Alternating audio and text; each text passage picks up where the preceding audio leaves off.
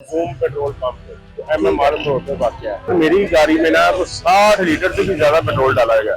Fuel tank की जो efficiency है ना वो है ही 55 लीटर। जब मैं वहाँ भी जाता हूँ एप्लीकेशन देने के लिए तो मुझे कहते हैं कि भी आपने तो ऑनलाइन पोर्टल पे कंप्लेंट कर दी है ऑलरेडी, तो अब आप ऐसा करें, अब कंप्लेन ना करें तो बेहतर है। जब मैं शाम को जाता हूँ तो वो कहते हैं कि आपने तो उन्होंने पर्चा करवा दिया होगा, FIR दर्ज करवा दिया। आपने यहाँ पे आकर टैंकी फुल करवाई तो आप जाती दफा ना यहाँ से 2 डिब्बे मोबिल के उठा के लेंगे। उन्होंने मुझे ये कहा कि जी आप ऐसा करें, अपनी जो आपने जो एप्लीकेशन जो फॉरवर्ड की हैं ऑनलाइन पोर्टल पे वो सारी की सारी आप विड्रॉ करें। गुलफाम चौधरी आपकी खिदमत में हाजिर है। हम मौजूद हैं लाहौर शहर के अंदर, जहाँ पर हम देखते हैं कि मुख्तलिफ चीज़ों के अंदर मुख्तलिफ किस्म के स्कैम हो रहे हैं। और जो हम शेयरिंग है, जो खास तौर पे अपनी फैमिली के साथ निकलते हैं, उनको बजाय फैसिलिटेट करने के, कमोडेट करने के मुख्तलिफ तरीकों से परेशान किया जाता है।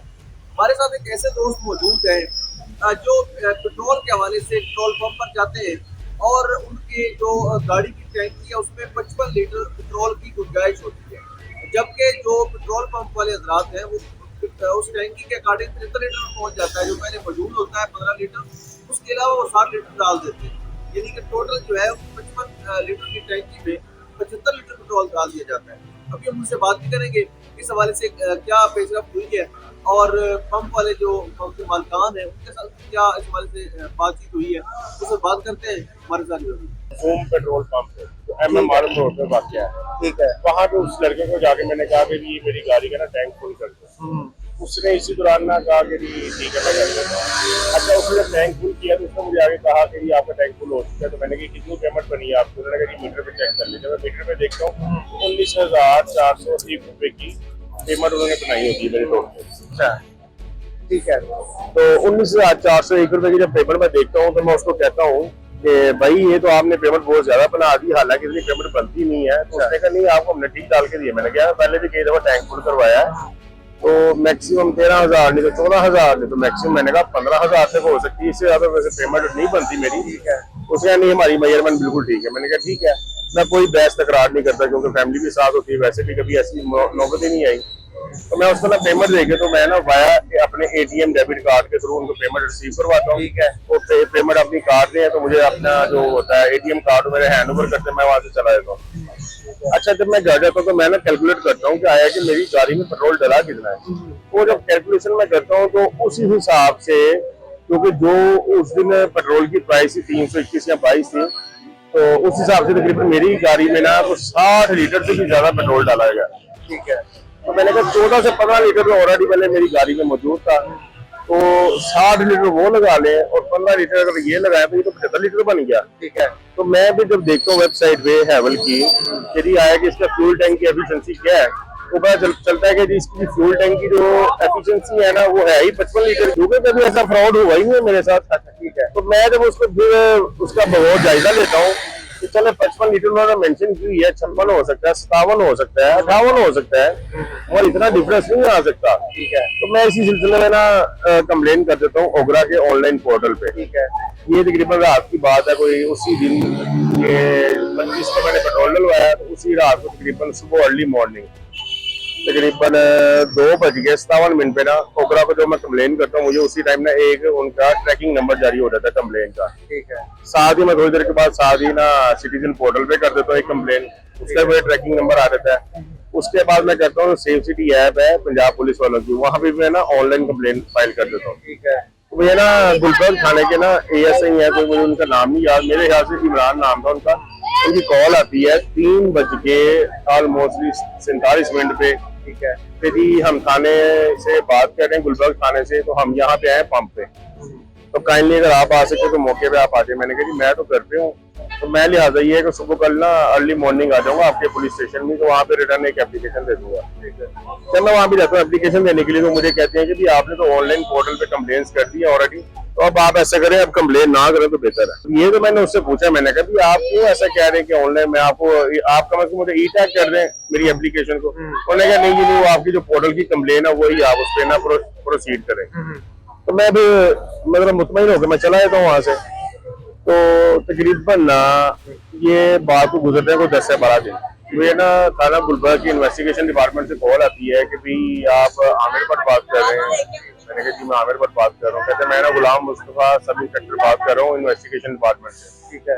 तो आप कानिया को टाइम निकाल के तो मेरे पास थाने में तशरीफ लाए। मैंने कहा जी खैरियत है। कहते आप आएंगे तो फिर आपसे बात करता हूँ। जब मैं शाम को जाता हूँ तो वो कहते हैं कि आपने तो उन्होंने पर्चा करवा दिया होगा, FIR दर्ज करवा दिया। मैंने कहा भाई किस चीज का पर्चा मेरे पे होगा? उन्होंने कहा जी आप ये FIR की कॉपी पकड़े और इसको तसल्ली से पढ़े। जब मैं उसकी FIR की कॉपी पढ़ता हूँ तो उसमें जो सारी डिटेल लिखी होती है ना वो टोटली मन गलत बेबुनियाद और झूठ में मबनी होती है। अच्छा वो जब मैं पढ़ता हूँ तो उसमें लिखा होता है कि जी आपने यहाँ पे आके टैंकी फुल करवाई तो आप जाती दफा ना यहाँ से 2 डिब्बे मोबिल के उठा के ले गए। ठीक है। मैंने उससे जवाब मांगा, मैंने उसको ये भी कहा, मैंने कहा भी देखें ये FIR दर्ज हुई है 29 तारीख को। ठीक है। तो मैंने कहा मैंने इनकी कंप्लेंट्स की हैं 26 की सुबह फजर के टाइम। ठीक है। तो मैंने कहा फर्स्ट ऑफ ऑल तो मैंने इनको जो पेमेंट किया मैंने किया बैंक की ट्रांजेक्शन के थ्रू। ठीक है। मैंने उनको कैश पेमेंट ही नहीं की। तो मैंने कहा उसका प्रूफ भी मेरे पास है और ऊपर बकायदा मेरा नाम मेंशन है। ठीक है। अब ऊपर एक मेरा नाम मेंशन है मोहम्मद आमिर बारका। तो उन्होंने नामालूम के नाम से क्यों करवाई?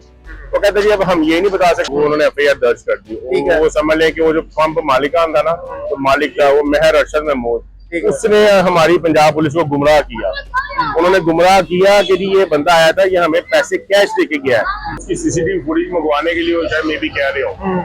जब 2 दिन के बाद मैं दोबारा पेश होता हूँ तो फिर वहां पे उन्होंने CCTV फुटेज मंगवाई होती है अपने मोबाइल में। ठीक है। तो वो मुझे दिखाते हैं मोबाइल के थ्रू। वो कहते हैं ये देखिए आप। मैं सारी फुटेज देखता हूँ। मैंने कहा जी मैं तो उसका बगौर जायजा ले लिया तसल्ली से।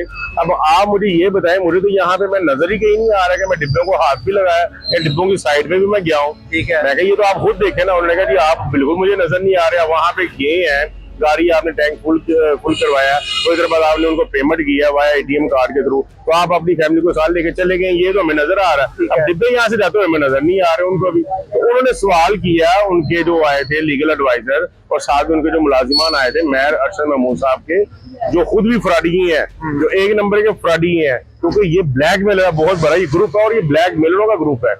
अच्छा फिर जो सब इंस्पेक्टर ने सवाल किया भी आया कि ये दिखाए ना कि फुटेज में उस बंदे ने कहाँ पे डिब्बे उठाए। तो साथ ही उन्होंने आए बाएं शाएं करनी शुरू कर दी कि नहीं जी नहीं वो हमने जब रात को काउंटिंग की तब हमारे डिब्बे गायब हुए। तो लगा जब इस बंदे के जाने के बाद आपकी कोई चोरी हो जाती है या कोई नुकसान हो जाता है उसका जिम्मेदार ये बंदा तो नहीं है। तो वहां पे वो लाजवाब हो गए। उन्होंने कहा कि ठीक है अब हम क्या करें, अब हमें ऊपर से ऑर्डर है मेहर अरशद साहब के। तो उन्होंने कहा कि नहीं जी नहीं इस बंदे को ब्लैकमेल करो, ये उनकी लीगल टीम कह रही है। तो उन्होंने मुझे ये कहा कि जी आप ऐसा करें अपनी जो आपने जो एप्लीकेशन जो फॉरवर्ड की हैं ऑनलाइन पोर्टल पे वो सारी की सारी आप विड्रॉ करें ताकि फिर हम आपकी FIR खारिज करवाएंगे, क्योंकि हमें भी पता है FIR झूठी है। ठीक है। तो मैंने कहा भी देखिए आप FIR खारिज करवाने वाले होते कौन है, क्योंकि आप तो कंसर्न अथॉरिटी नहीं है। तो लिहाजा FIR खारिज हो या ना हो मैंने अपनी जो एप्लीकेशन विड्रॉ नहीं करवानी। ठीक है। तो उन्होंने कहा ठीक है फिर हम आपके खिलाफ और कार्रवाइयां करेंगे। पुलिस के साथ नहीं ये सारी बातचीत हो रही है।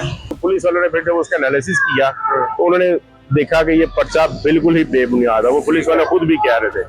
अब ये है कि मैं तो अपने आला हुकाम से यही अपील ही कर सकता हूँ ना। देखिए मैं एक शरीफ शहरी हूँ, आए रोज मुझे कभी बुला रहे हैं, कभी मैं आ रहा हूँ, कभी मैं जा रहा हूँ। रिहाइश मेरी यहाँ से काफी दूर है। अब आने जाने का मेरा इतना खर्चा, आगे भी मेरा इतना नुकसान हो गया।